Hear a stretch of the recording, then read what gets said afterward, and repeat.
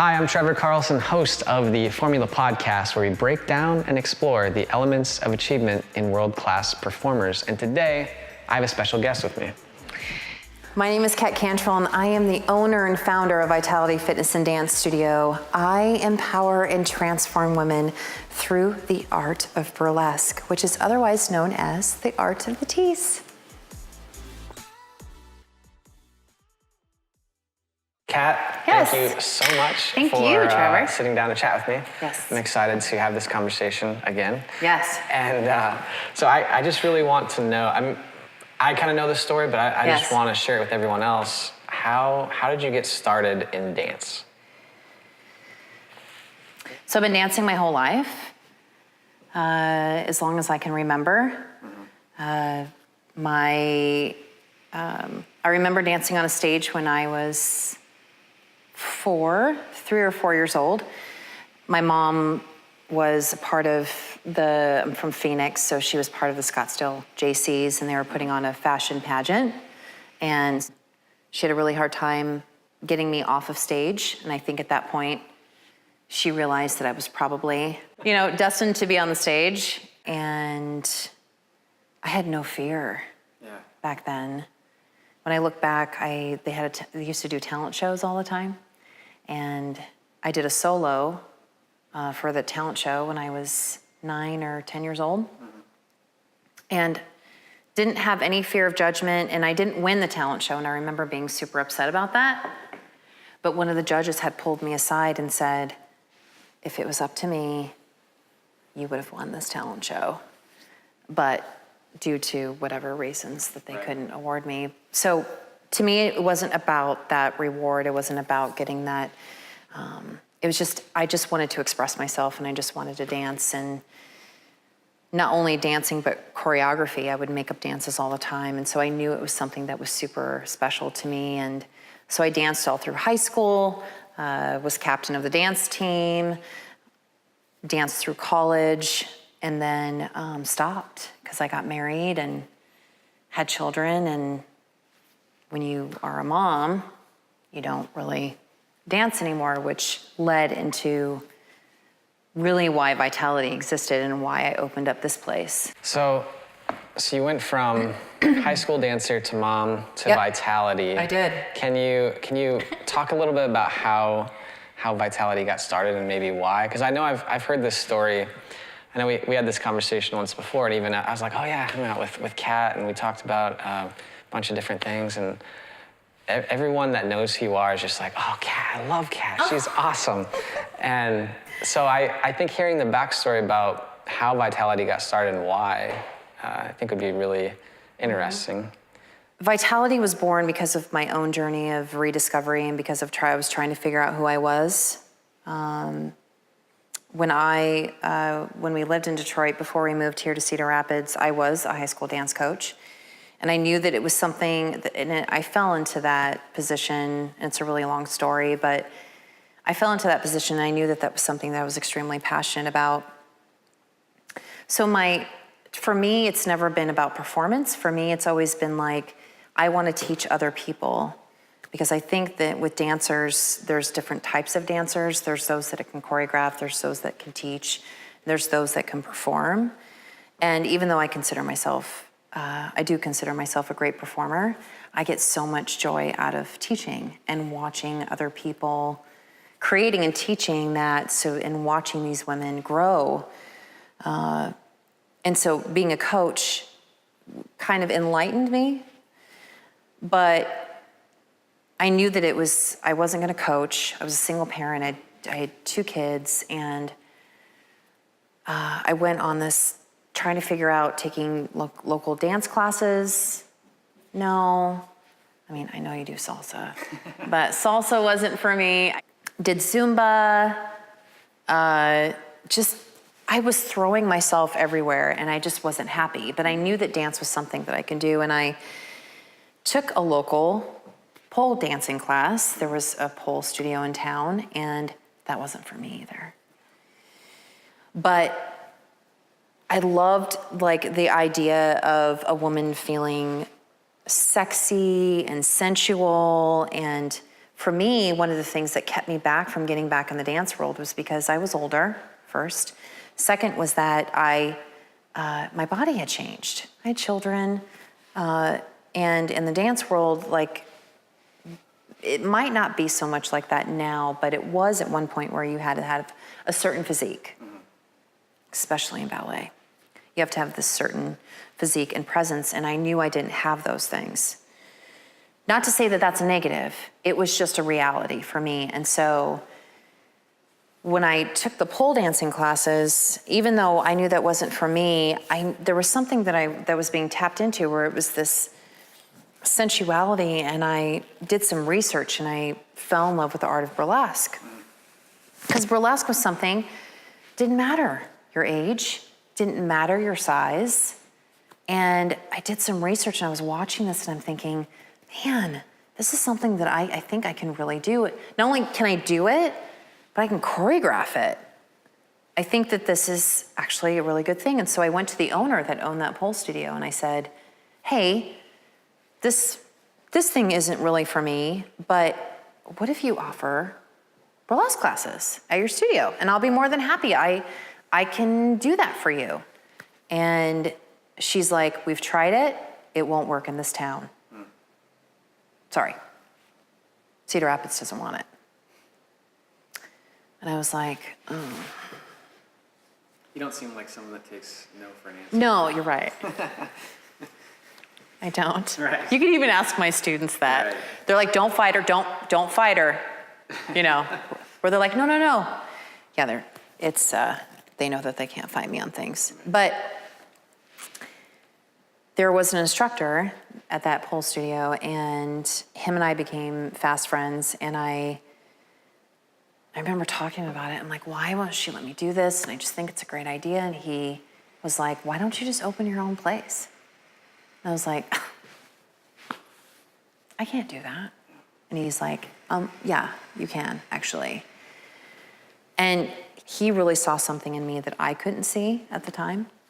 I had it in the back of my head. I was too old, but there was something that inside of me that I'm like, if I'm feeling this way, yeah, there has to be other women like me. Has to be. I can't be the only woman who used to dance, who wants to express herself, that just because you're an older woman, just because you've had children, or you've gone through divorce, or you've gone through these life changes, doesn't mean you're dead. Right. Yeah. Truly. And I'm like, I can't be the only woman out there that feels this way, that you can still be sexy in your 40s, Yeah. 50s, 60s, 30s, 20s, doesn't matter, right? Yeah. I think it's more of a mindset because Oh, totally. I mean, I remember I started going to salsa because I was like, I have a lot of free time right now because some stuff didn't work out. And I'm like, what could I do? And I was like, well, there's salsa. I'm like, well, actually, that's not what happened. What happened was I got drugged to a salsa night in Iowa City where there's like 100 plus people. Yes. My friends were like, come with, it'll be great. Yeah. I show up. It's like the coolest thing I've ever seen. I was like, damn, this looks like a lot of fun. So I started going, started inviting other people.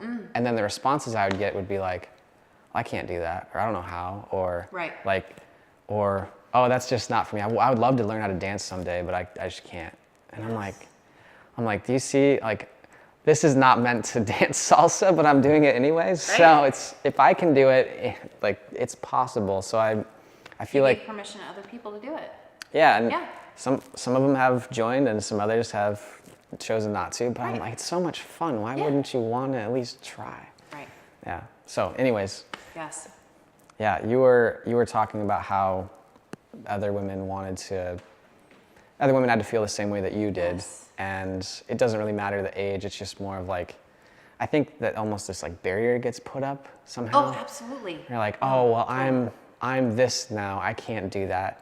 Yes. But really you can. I'm an author, so I wrote a book which is called Kick-Ass Red Lipstick. And I talk a lot about my journey that got me from point A to point B, but one of the things that I mentioned in there was that when you become a mother, all of a sudden there's this misconception that, oh, you can't have long hair anymore.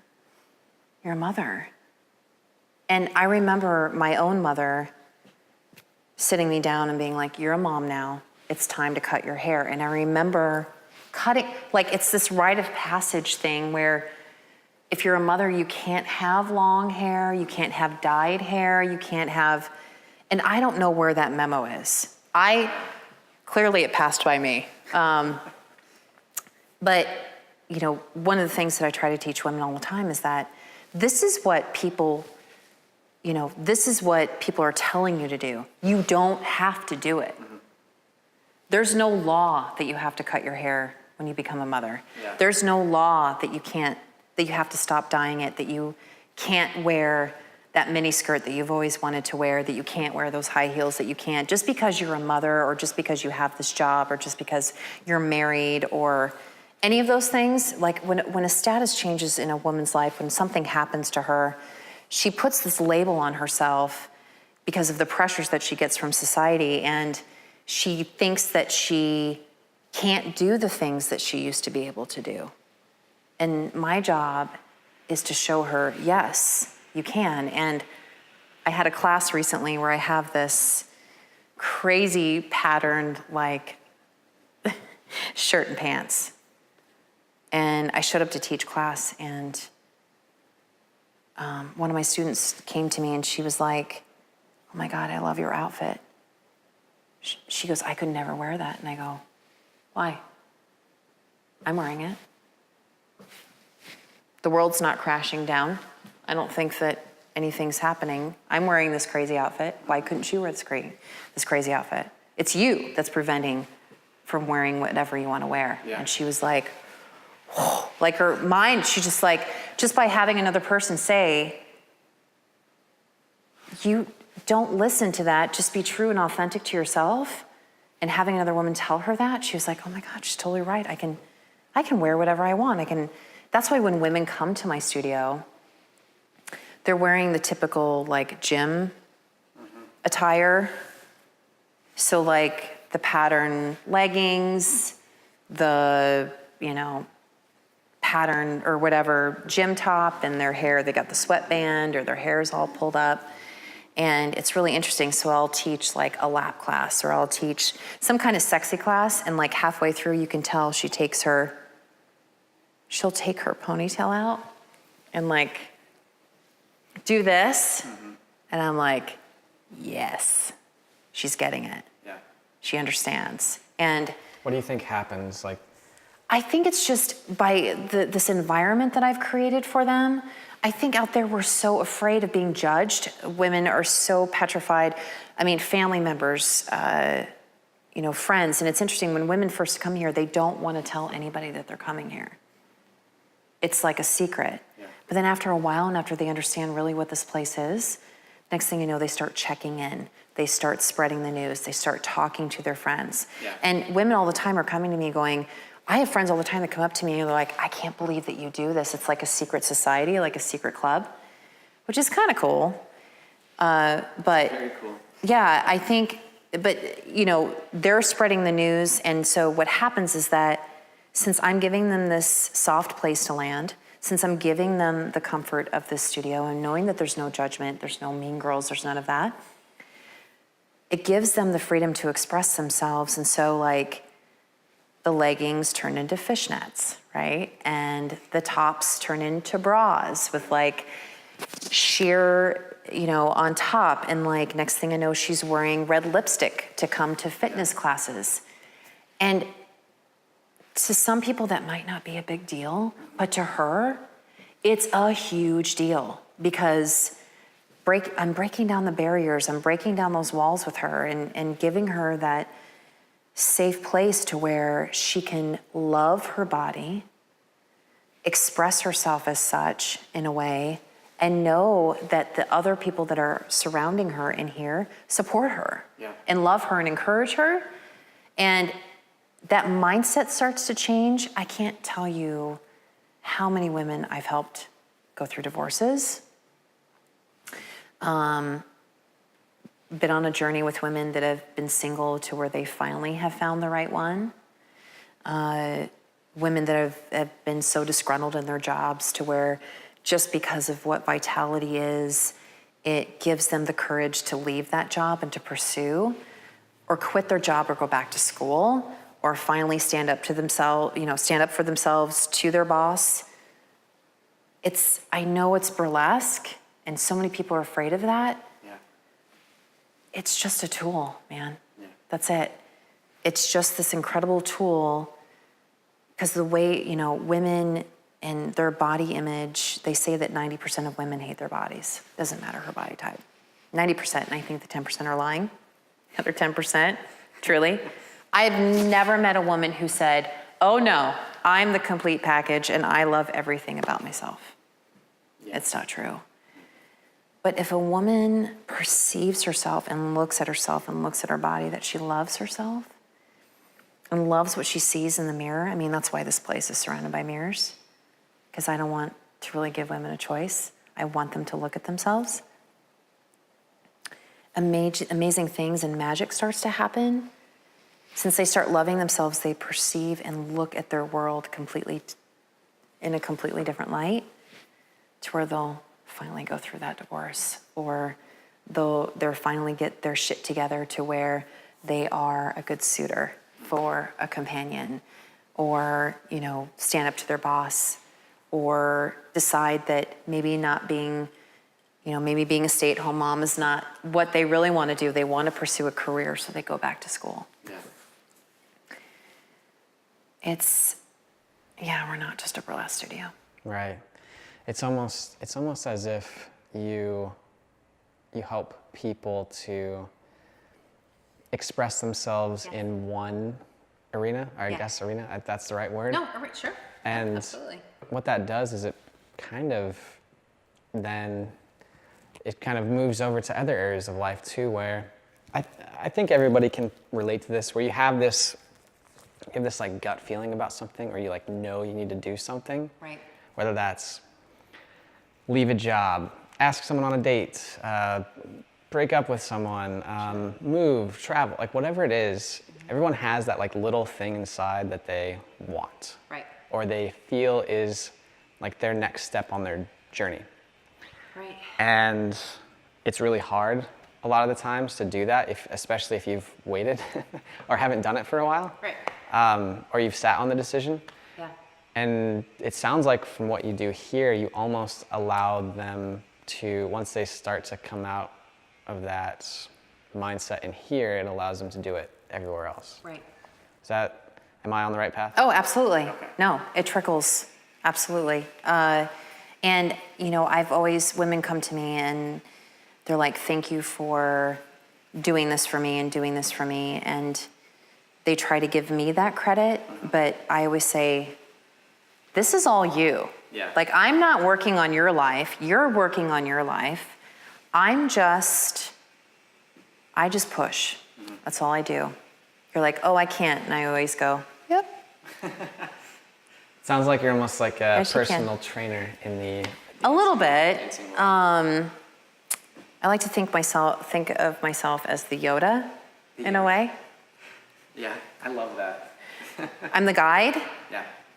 So I just kind of direct you and kind of push you in the direction that you want to go in. Yeah, you're kind of opening the door, but it's their choice to walk through it.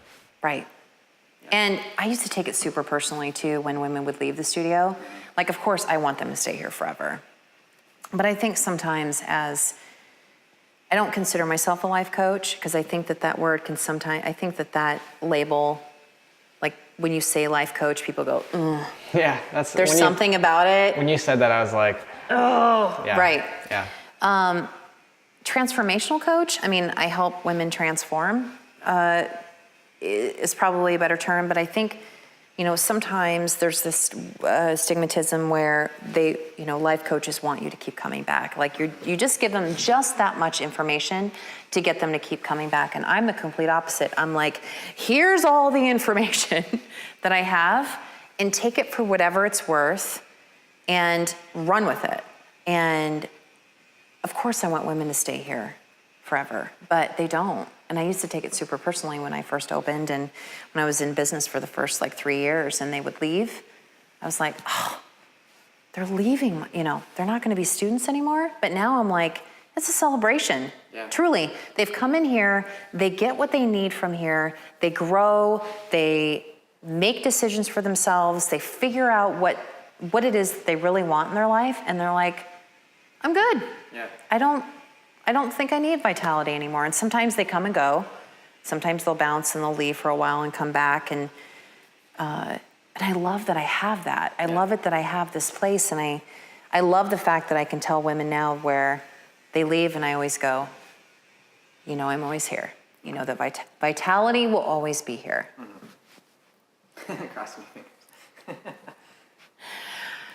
Cat, Yes. somebody comes in the door and they want to sign up for Vitality. Let's say that maybe they're struggling with something or they're going through a divorce. Mm-hmm. What's the first thing that you do with them when they come in? So this has kind of been a science for us in trying to figure out what that looks like, because Vitality has a stigmatism attached to it. There's a stigma attached to Vitality that it's like this naughty place, right? And I'm trying to break that stigma. Like, I kind of enjoy that it's kind of the bad girl kind of club, but it's really not that way. So I've been trying to figure out different tools and things to try to get women to come into the studio, to make it to where it's not so scary. And so what we've done is we have created this free class every Saturday. So this free class, they come in every Saturday, they get a free shirt. It's kind of like they come in, I teach them a little bit of something. They get to ask other students questions of what Vitality is and what it means to them, and teach them a couple little routines and send them on their way. And I always tell these women when they come to this free class on Saturdays, I always say, this is the hardest thing you're ever going to do at Vitality, is walk in the doors. I've heard so many stories because of that stigma that we have, so many stories of women sitting in the parking lot, in their car, petrified to come in. Like, I don't know what they think that this place is. Right.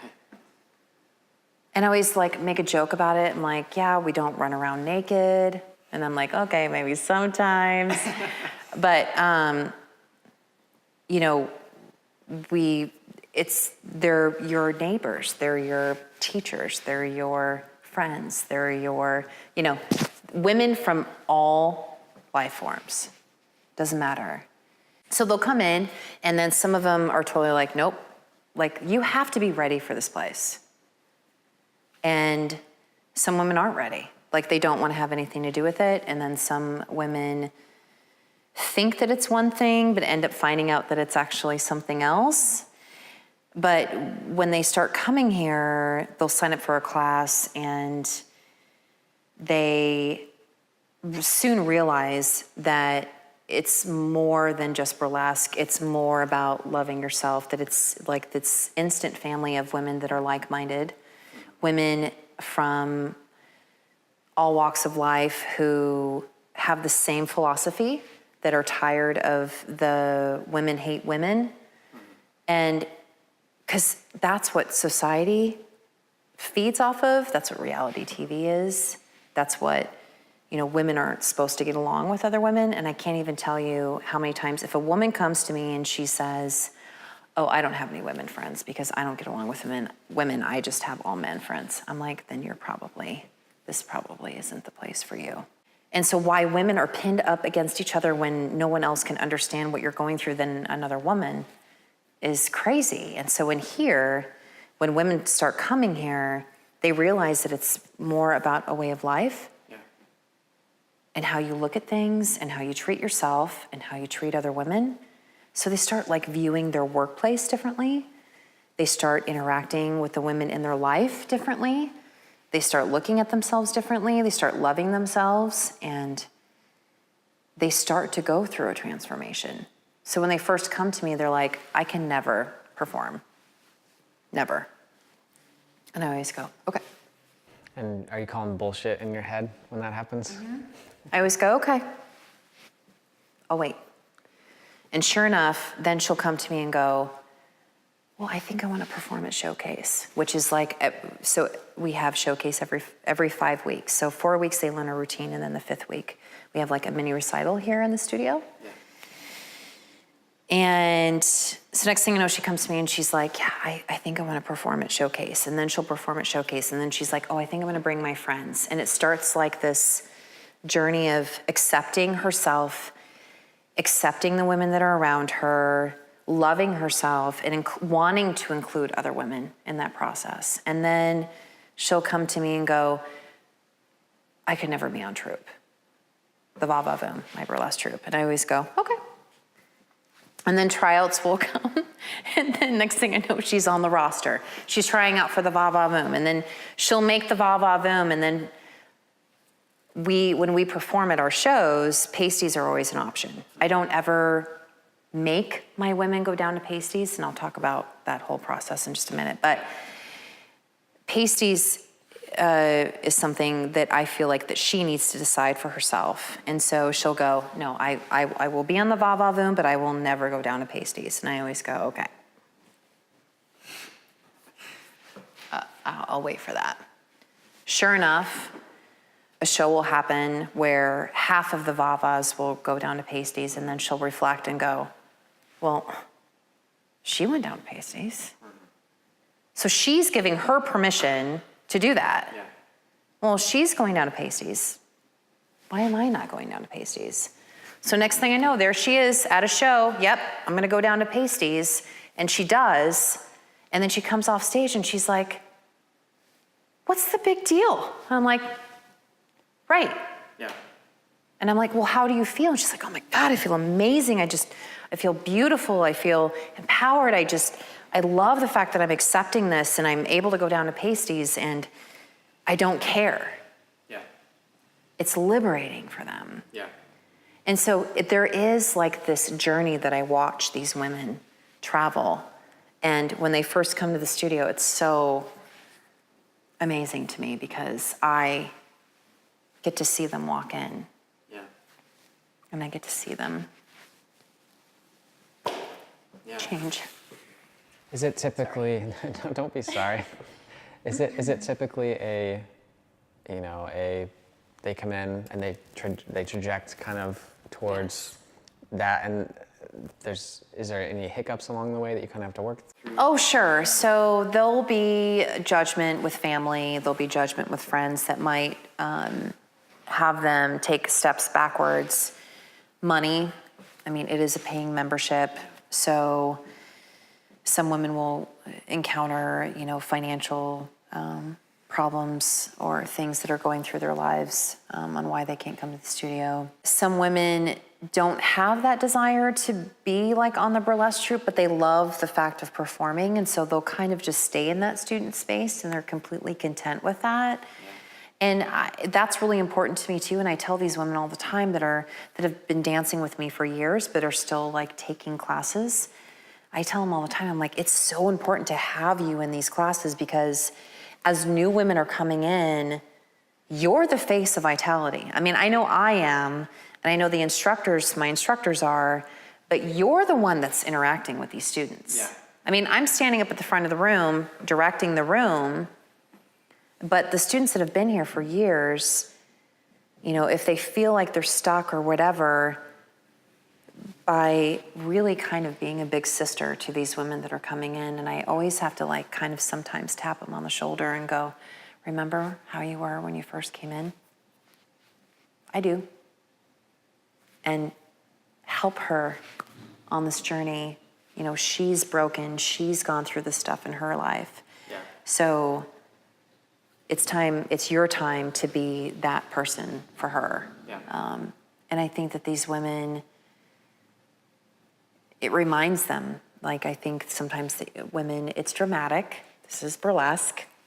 So it has a tendency to attract women that are more, it's theater. Yeah. So women that are more dramatic, and so there's drama, which is totally fine. Yeah.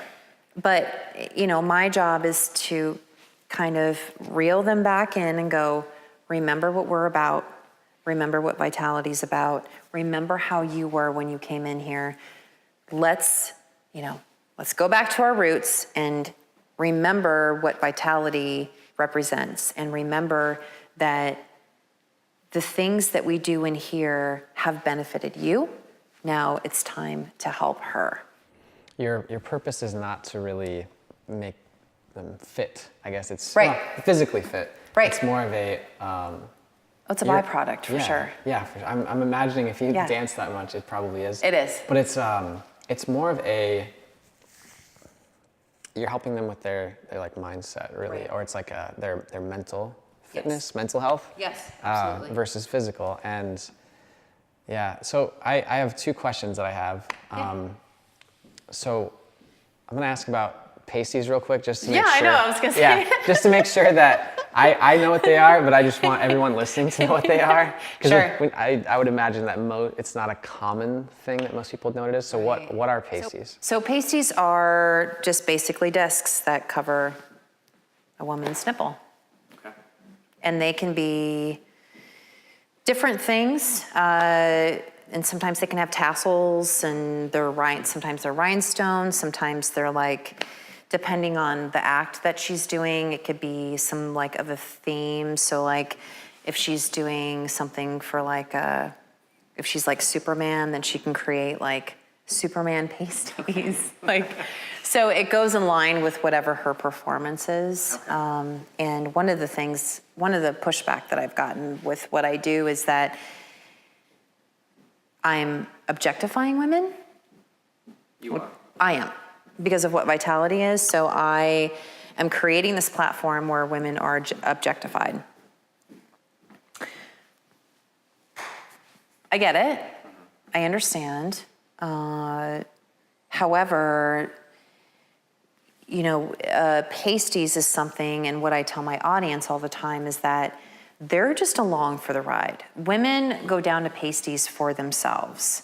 And what makes Vitality so different than other burlesque troupes or shows is that straight males are the typical audience for a burlesque performance. That's not ours.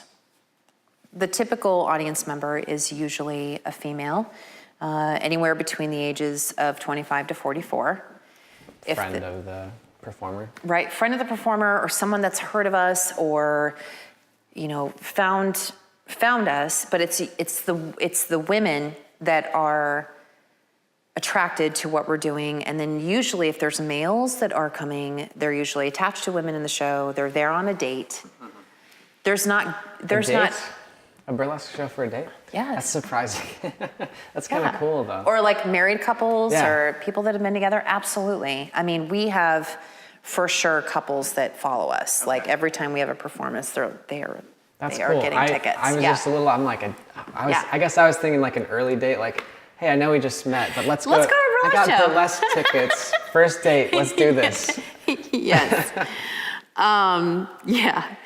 But it's. We don't have like these groups of men that are hooting and hollering and coming to our shows. Right.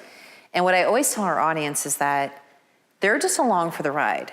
The women are expressing themselves and taking off their clothes because they want to, and because of how it makes them feel, and because the empowerment they get. Because when you're taking off your clothes and you're exposing your body, that is a symbol to themselves, that they're accepting who they are, and that they feel confident and loved and want to be able to express that. So I always tell the audience that they're just along for the ride. She's not doing this for you. She's actually doing it for herself. So you just get to watch and experience it. Yeah, and I imagine that can be very powerful for the audience as well. Yes. If they understand that's what's taking place and they see it like that. Yes. It could, I'm sure it can have an impact on them, especially if it's, a friend or family member that's going through something. Yes. Something similar that they were going through and now have used this as their arena, I guess, because I can't think of a better term. I'm gonna use arena for expression. So. Yes. Okay. So, all right.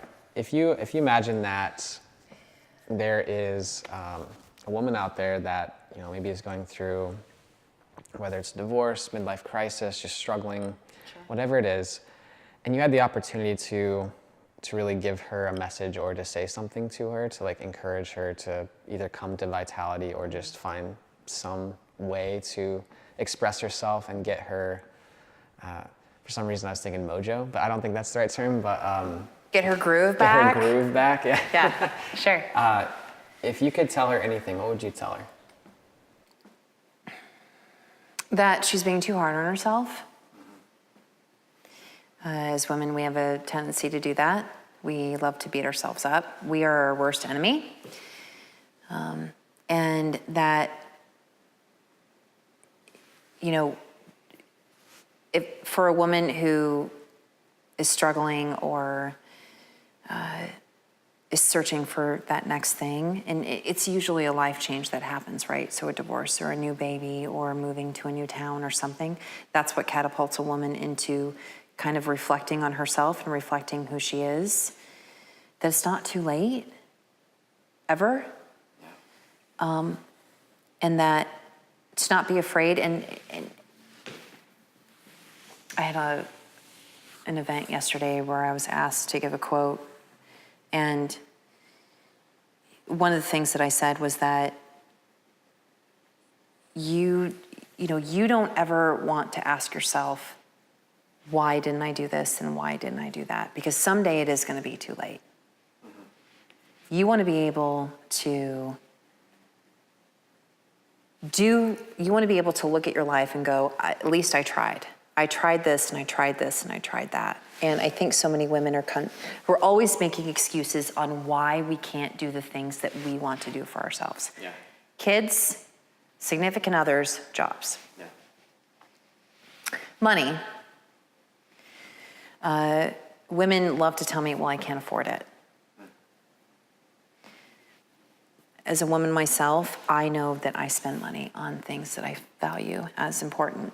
Yeah, I mean, I think everybody does. And if you consider yourself important, and if you consider Vitality or anything else, any other interest that you have important, you're going to invest in it. Yeah. And so, to me, I challenge her to make that investment, to pursue whatever it is that she wants to do, and not let others talk her out of it, or she shouldn't ask anybody else's opinion. It's this weird understanding that women have to have acceptance from other people in order to do things for herself. Oh, I really want to buy this dress. What do you guys think? Does it look good on me? Girl, if you feel good in it, buy it. Yeah. End of story. You don't have to have other people's permission to do the things that you need to do for yourself and to nourish yourself. And in order for a woman to truly love other people and to be who she really wants to be, she's got to start with herself. Right. And I say this all the time. I'm like, why is it that everyone else deserves your time and attention? Everyone else deserves the best of you, but you. That's such a good point, because it's even, if you think about how, I mean, I think about how I talk to myself versus other people. Yeah. Like if somebody else talked to me the way I talk to myself. I was just going to say that too. I'd be like, that person's a jerk, Right. you know? But then when you interact with others, you are much more compassionate and kind and generous. Yes. But when it comes to yourself, I think this is even with guys as well, not just women, but just the level of what you're willing to accept from other people versus yourself. Sure. You're your own biggest critic. Sure. Yeah. There's something else I was going to ask along that, but I can't remember what it is. So. Well, it was funny because I had a student. She was just standing over there, and I don't know. It was just this past Saturday, and we were talking about something, and she's like, because I'm fluffy, and I go. So, fluffy? Oh, well, and she was trying to spin it like it was something positive. See, these women know better than to say the stuff in front of me. And I go, so, if you and your girlfriend were getting together and she was getting ready, would you go, oh my God, you look so fluffy? And she was like, I'm like, would you say that to her? She's like, no. So I know you're trying to spin it to me, that it's something positive, but I know it's not. You didn't say that to be positive. So every time that you start that negative self-talk, just like you said, every time you start that, you need to say to yourself, would I say this to my best friend? Would I say this to my daughter? Would I say this to the women or the men, in your case, that are in my life? Would I say this to them? No. Then don't say it to yourself. Right. It's bullshit. It is bullshit. It is. It's unnecessary. Like, I think a lot of people cause themselves unnecessary suffering. Myself included, I'm sure. Oh, yeah, me but too. It's like, you think about something and you're like, God, why did I do that? I'm a dumbass, or something along those lines. And then you kind of have a moment of self-awareness and you're like, if somebody else did this, is that what I would say to them? Right. No, I'd probably be like, hey, you know what? It happens. Pick yourself back up. Everybody makes mistakes. You're going to get it next time. All right? We got this. Right. But then when it's you, you're like, oh, this is so bad. No. Yes. But one interesting thing that you said was when women are struggling when they first come in here and you're working with them on whatever challenge that might be, they seem to have like some type of resistance to what you're telling them. Yes, they do. How do you work with them to kind of work past that resistance, or when they're just like, well, I don't think I can do that, or I'm not going to get there, and you're like, well, give me 2 weeks. Yes. How do you work with them through that process? Delicately. I mean, some women aren't ready. They'll sign up thinking that they're ready. And this is, again, after being in business for the amount of years that I have at this point, that I know to sometimes let these women go.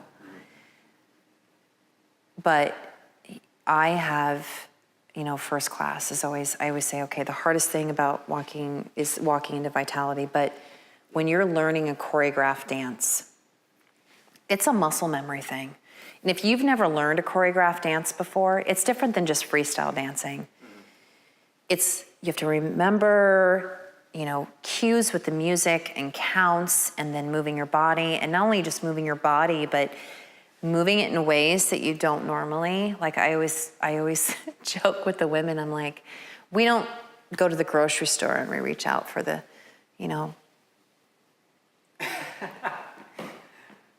the can of corn that's on the top that's shelf. That's not how you get the can of corn out? And you're like, bring it down, and I'm like, okay, we don't do that. Right.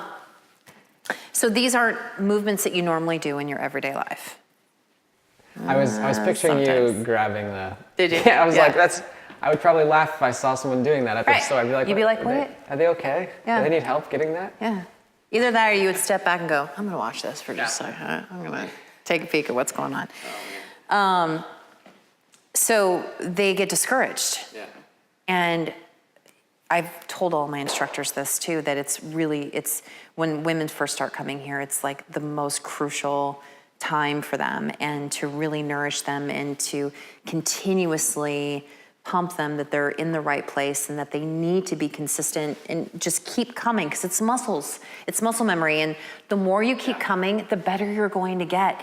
I promise you. And then other women in the room will always be like, oh yeah, no, Cat knows what she's talking about. And I remember my first month, it was really hard, but the more I kept coming, the easier it got. And just nourishing that relationship, walking them out, hugging them, because sometimes they're in tears. They're like, I'm never gonna get this.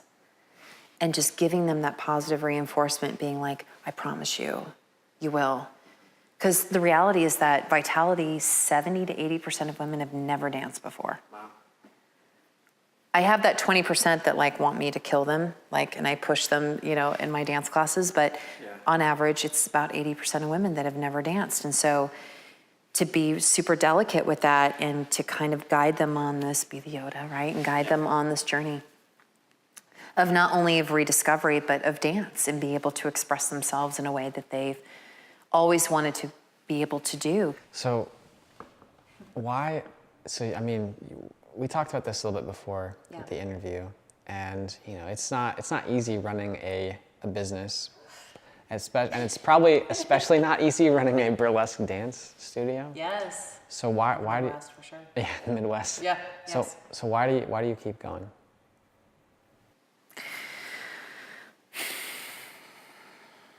I've had to ask myself that question, actually, because some days are overwhelming. Because I'm not just a burlesque studio. I'm not just a dance studio. I'm, you know, it's become a way of life for me, what I do here. And some days it can be draining. And, you know, I have women almost daily that come up to me and say, can we talk? I mean, that's why I have that office. I don't have an office because I need an office so I can hang my fancy stuff up on the wall. I have an office because almost on a daily basis, women come to me and they're like, I really need to talk to you.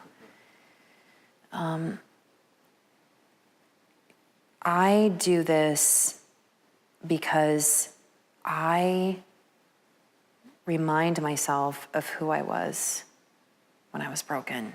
I remind myself of that woman that was so lost and didn't know where to turn. Just like you had said at one point in that blog post. Oh yeah. Yeah. I forgot about that. Yeah. I want to be the woman that I would have wanted to meet back then.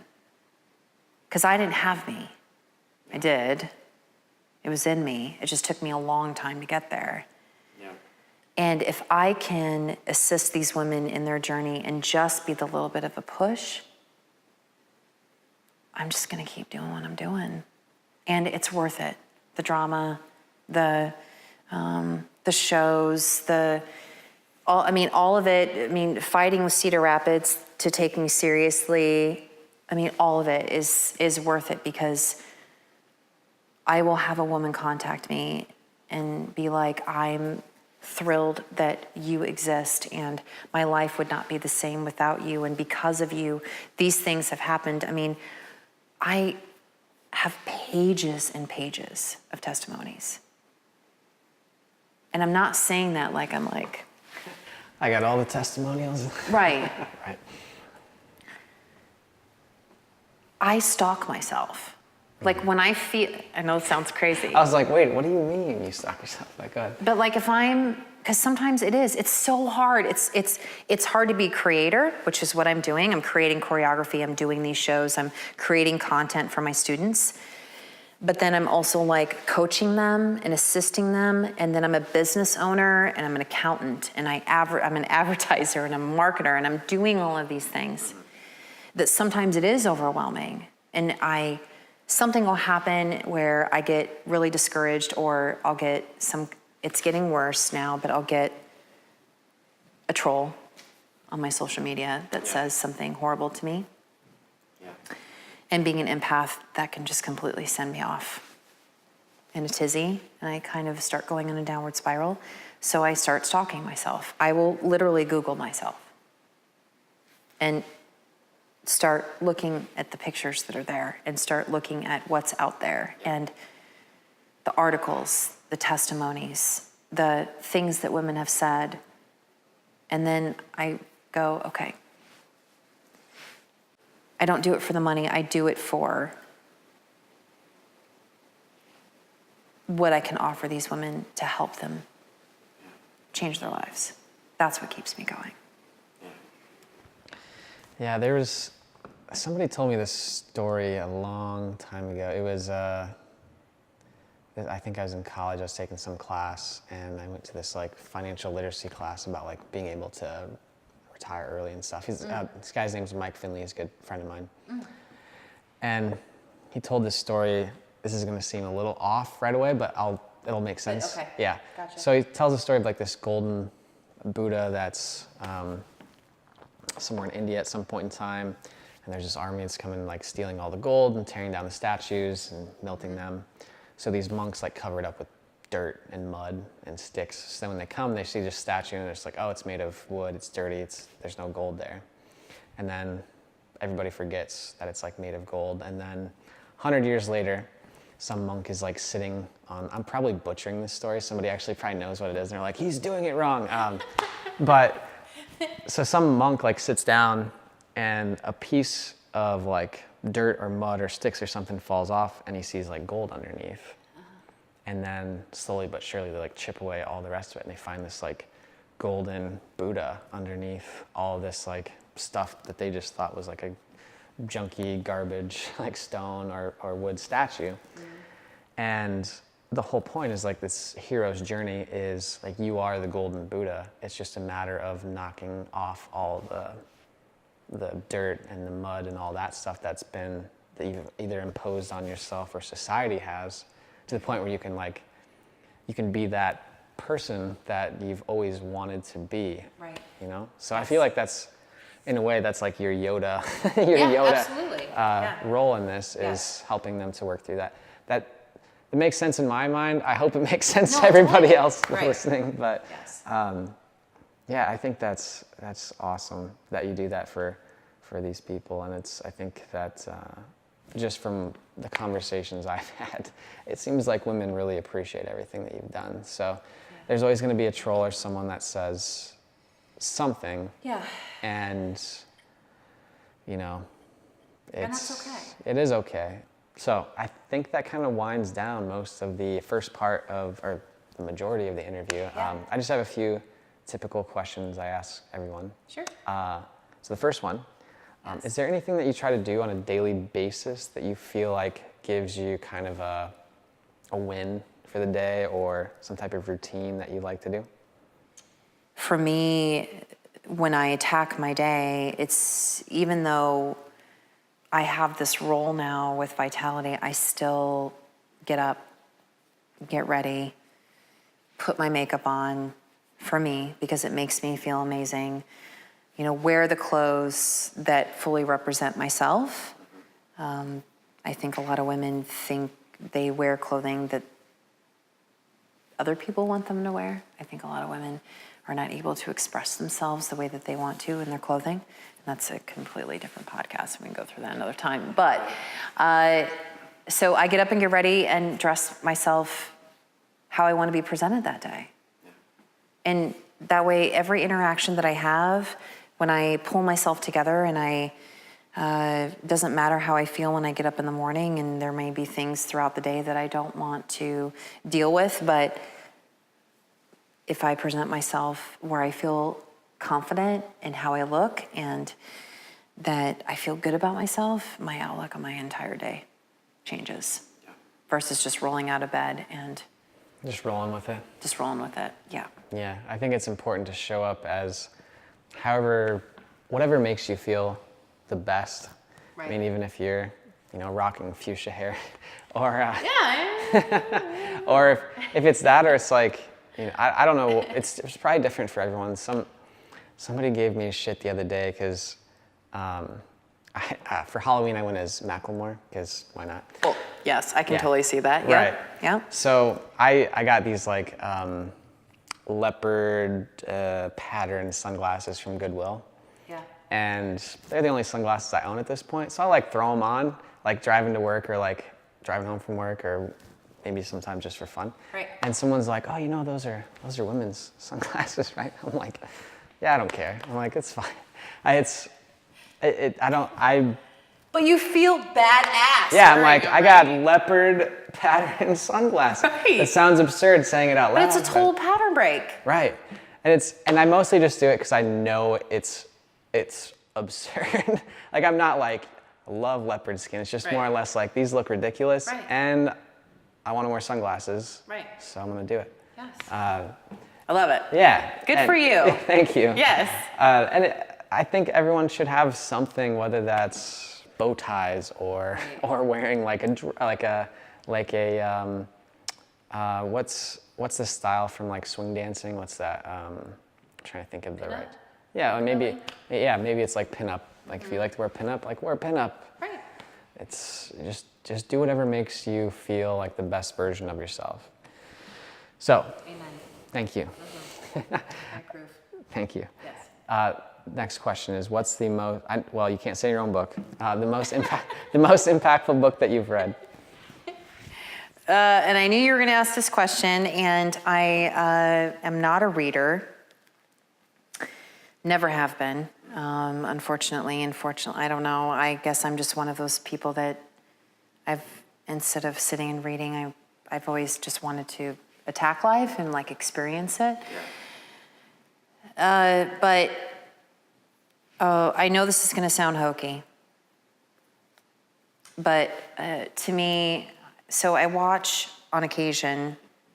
It's funny because people always ask, does Cat ever sit? Does she ever sit down? I mean, I'm sitting throughout this interview, but I've seen you sit. So if they ask, just be like, ask Trevor. On occasion, I do sit and I do watch television. Not very often, but it does happen. And I think it's because of what I do. Like when I opened Vitality, I didn't expect that I was going to have this role with women's lives, but I know that this is a role that I've taken, and so I've found Tony Robbins to be. I've never read his stuff, but his new documentary, I just was bawling. Did you? I cried when the Brazilian girl. Yes. That was like, there's so many. Everybody should watch the documentary because it's. And I'm not trying to interrupt you. The part where the guy like for everyone that hasn't seen it, this is gonna sound ridiculous. But when he makes him like roar like. Yes. Dude, I was like, holy shit, that's crazy. I know. That was awesome. And then the Brazilian girl, I mean, all of it was just really good. A friend of mine just actually saw him at a conference. I'm not gonna say his name, but he's like, because he told me, or his wife told me he started crying at the conference when Tony Robbins was on stage just because he was such a powerful speaker. Yes. I know he gets a lot of flack. He does. But well, that's why I like gave that intro, but I don't care. I mean, I have huge respect for that man. And from my perspective on that is that I know what it's like to have people wanting you to help them and to help them figure things out. And as on occasion, like I'll have to step back and go, I'm human too. I've got my stuff too. I'm a woman too. And I don't expect my paying customers to like completely understand what that is. But watching Tony like behind the scenes, I'm like, I get it. Yeah. I have huge respect for him because I just feel that he's on this mission to help change people's lives. And no matter what that looks like, you have to honor that for someone who is doing what they're doing. And it's such a ripple effect. And that's the thing is that, I mean, even what you're doing, you're changing people's lives, your podcast and bringing people awareness and educating people of what other leaders are doing in their communities. It's a ripple effect. So whoever's listening to this or whatever life that Tony touches it's like that's the drop, right? So it's the drop in the center. And then the ripples start to happen, right? So someone may listen to this and go, oh my gosh, and I heard Cat and she said these things and it just starts this entire, so even though you think you're affecting one person, you're not. You're affecting that person who's affecting these people and these people and these people and these people. And that's what Tony's doing. It's amazing stuff. Yeah. Yeah, it's, one interesting thing is I don't know a ton of people, like So I think I got listens in like 44 countries last year, which I thought was insane, right? I was like, damn, that's nuts. I'm like, I don't know any of you people. And I love it. That's awesome. yeah, but there's really, so there's really only, I mean, off the top of my head, I can only think of one person that's actually come to me and said like, hey, I changed pretty much everything I'm doing because of your interviews. And it's my friend Anya, and she's been traveling like full time. Oh my God. Like I don't know if she left her job because of listening to my show or not, but she's been traveling full time and going all over the place. She just started like a travel blog, and I don't know, even if she's the only person that I ever affect, like she's having so much fun. I believe she's having fun right now. Hopefully if she listens to this, she's like, my life is awful, it's your fault. I'm like, oh no. No. But I think just the fact that one person changed their, I don't know if it was even changing. I think it was probably something that she's always wanted to do, and just the fact that other people have been able to do it, and hearing those stories and how they've been able to do these things has maybe helped her, maybe helped other people to just be like, well, if they can do it. Because one of the things I try to do is get people to talk about like some of the shittier things that have happened, like, or when things go sideways. Yeah. So that way when other people hear it and they're like, oh man, I've been through that, or I haven't been through anything that bad, so maybe I can do it too. Right. And just having that impact on someone makes a big difference. And the documentary is called I'm Not Your Guru, right? Yes. And it's on Netflix. Yep. So that's your recommendation for that. Kat, final question for you. Yes. What message would you like to leave the audience with today? There's a lot of messages, but the reality is that life is really short. I know that sounds so cliche. And the reason why I say that is because I meet so many women where life has happened and they're much older and they really wish they would have done X, Y, Z. If there is something that you want to do, whether it be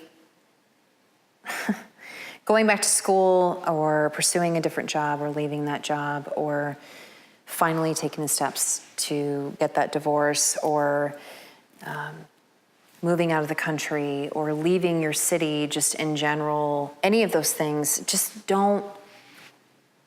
take that risk. Because what I tell women all the time is that when we live in this bubble, and this is actually everyone, men too, right? We put ourselves in this little bubble and we're very safe and secure and everything's great, but we don't learn more about ourselves because we're not challenging ourselves. We're not pushing ourselves. We're not thinking outside of the box. We're not doing the things, we're not pursuing those dreams that we've always wanted to do because we're working in a space of fear. My whole goal with everyone is to put that fear aside and to be able to sit down and do what I did, where I'm like, what if I don't do this? What if?